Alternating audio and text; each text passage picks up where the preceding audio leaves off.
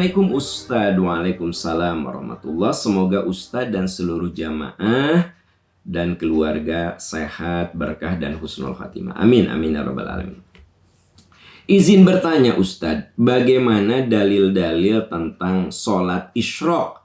Apakah sahih atau dhaif? Ya, hadis tentang sholat isyraq ya, itu hadisnya di level hasan.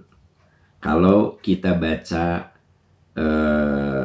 at-targhib wat-tarhib ya.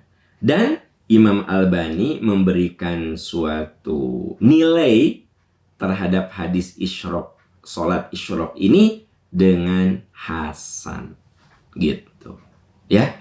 Nah, man shalla sholata subhi, salat isyraq itu apa sih?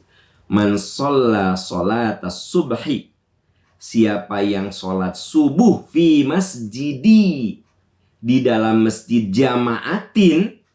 Jadi syarat isyraq itu Anda kudu sholat berjamaah di masjid. Yathbutu fih, setelah sholat subuh Anda tidak keluar dari masjid, tetap di situ hatta yusolli subhatad duha, sampai datang waktu sholat duha. Jadi sebenarnya sholat isyraq itu suatu keutamaan kita duduk sampai datang waktu duha.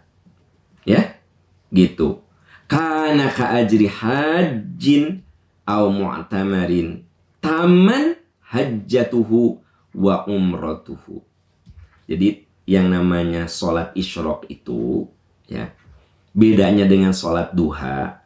Kalau sholat duha mah tadi Anda sudah sholat subuh kan? Sekarang Anda keluar rumah ya, bisa saja nyiapin untuk ke kantor gitu. Ibu-ibu masak segala macam. Nah, datang waktu duha Anda sholat duha. Itu sholat duha. Kalau sholat isyraq itu yathbutu fihi hatta yusolli subhatad duha. Duduk di masjid sampai datang waktu duha, maka namanya isyraq gitu ya. Jadi sholat duha dan sholat isyraq itu juga, hanya bedanya kalau isyraq itu dari subuh Anda berdiam diri di masjid, tidak keluar gitu. Di dalam hadis lain, di dalam riwayat Abu Daud, dan ini sanadnya dinilai sahih ya. Karena Nabi sallallahu alaihi wasallam idza shallal fajr tarabba'a fi majlisihi. Nabi sallallahu alaihi wasallam kalau sudah sholat subuh bersila di masjid hatta tatlu asyamsu hasna, sampai datang waktu duha. Nah, jadi dengan demikian kalau Anda bertanya, Ustadz, sholat isyraq itu sahih tidak? Ya hasan. Jadi artinya sunnah kalau Anda habis sholat subuh duduk sampai datang duha. Tapi ada tapinya. Itu sunnah. Yang wajib adalah ibu-ibu bukan habis sholat subuh duduk, tapi ibu-ibu menyiapkan, ini yang wajib. Jadi jangan sampai gini, ketuker nih. Ya, Anda tuh nggak nyiapin sarapan untuk anak, untuk suami. Suami anak dibiarkan saja, Anda duduk aja di atas sajadah. Wirid zikir, wirid zikir. Nah, ini salah. Duduk wirid zikir berpanjang-panjang waktu itu sunnah. Yang wajib itu ngurusin anak dan suami gitu. Bapak-bapak, yang wajib itu Anda disiplin datang ke kantor. Jangan sampai Anda ini ke kantor selalu terlambat. Ditanya orang SDM, kenapa sih Anda selalu terlambat? Ya gini Pak, saya sholat isyraq Pak. Jadi habis sholat subuh saya zikir wirid, baca Quran sampai waktu duha. Baru saya pergi ke kantor Pak. Nah, ini kesalahan ya. Disiplin datang ke kantor itu amanah wajib. Sementara duduk menunggu isyraq itu sunnah. Makanya coba cari momentum yang benar. Misalnya bapak-bapak hari libur nih, yakin gitu. Anda ngomong sama istri, mah nanti aku pulang sampai duha ya, aku mau isyraq. Jadi Bapak sholat jamaatin ya, yathbutu fihi hatta yusolli subhata duha. Anda duduk sampai waktu duha, itu isyraq namanya. Tapi Anda tidak punya kewajiban lain karena itu hari libur gitu.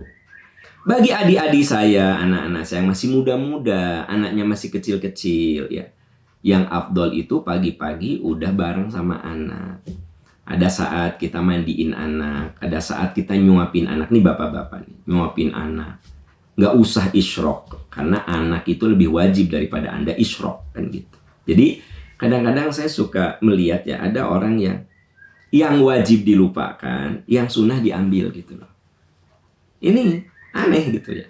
Sekarang kalau Anda di kantor, kewajiban Anda itu melaksanakan amanah pekerjaan. Ya, ini mah pekerjaan lalai, Anda sholat duha. Sampai si bosnya nanya, kenapa sih ini lagi hektik nih, ini lagi rame nih. Kamu kok menghilang? Ya Pak, saya sholat duha Pak. Ini salah. Sholat duha itu sunnah, melaksanakan kewajiban, melayani customer, karena memang Anda ini karyawan yang di front office, maka itu wajib. Jadi kadang-kadang kita ini suka aneh ya.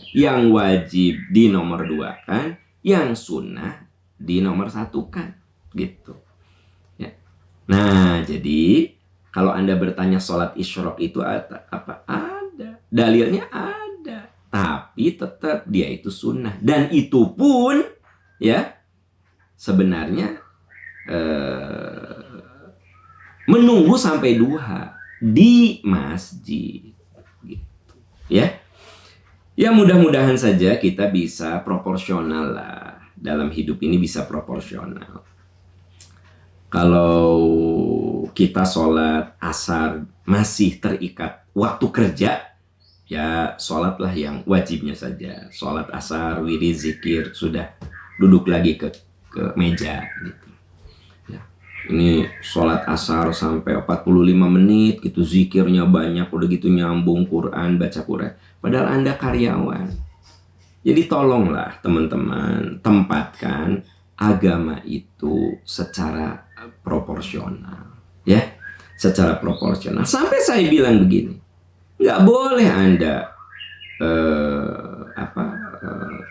kurban sementara uang kuliah anak belum lunas. Lunasi dulu uang kuliah anak baru kurban.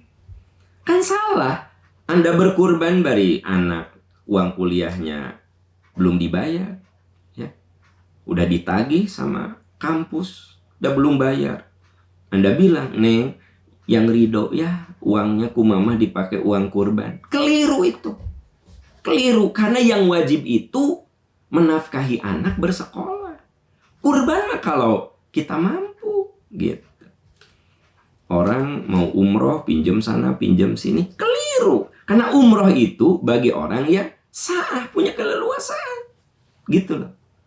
Nah, jadi teman-teman sekalian, agama itu harus difahami secara proporsional. Ya, Nabi pernah marah kepada orang yang seolah-olah mengutamakan agama, tapi melalaikan kewajiban. Ya Rasulullah, saya tidak pernah tidur, saya tahajud terus, saya siang hari puasa terus, dan saya nggak pernah menyentuh istri saya ya Rasulullah, karena itu hanya mengganggu konsentrasi dalam ibadah. Nabi marah. Kata Nabi, aku ini orang yang paling takwa di antara kamu. Aku malam ada tidur, aku nggak pernah begadang.